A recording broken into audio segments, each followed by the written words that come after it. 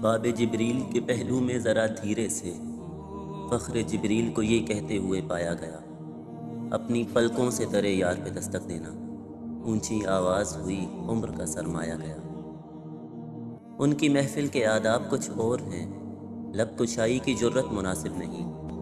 ان کی سرکار میں التجا کے لیے جنبش لب نہیں، چشم تر چاہیے۔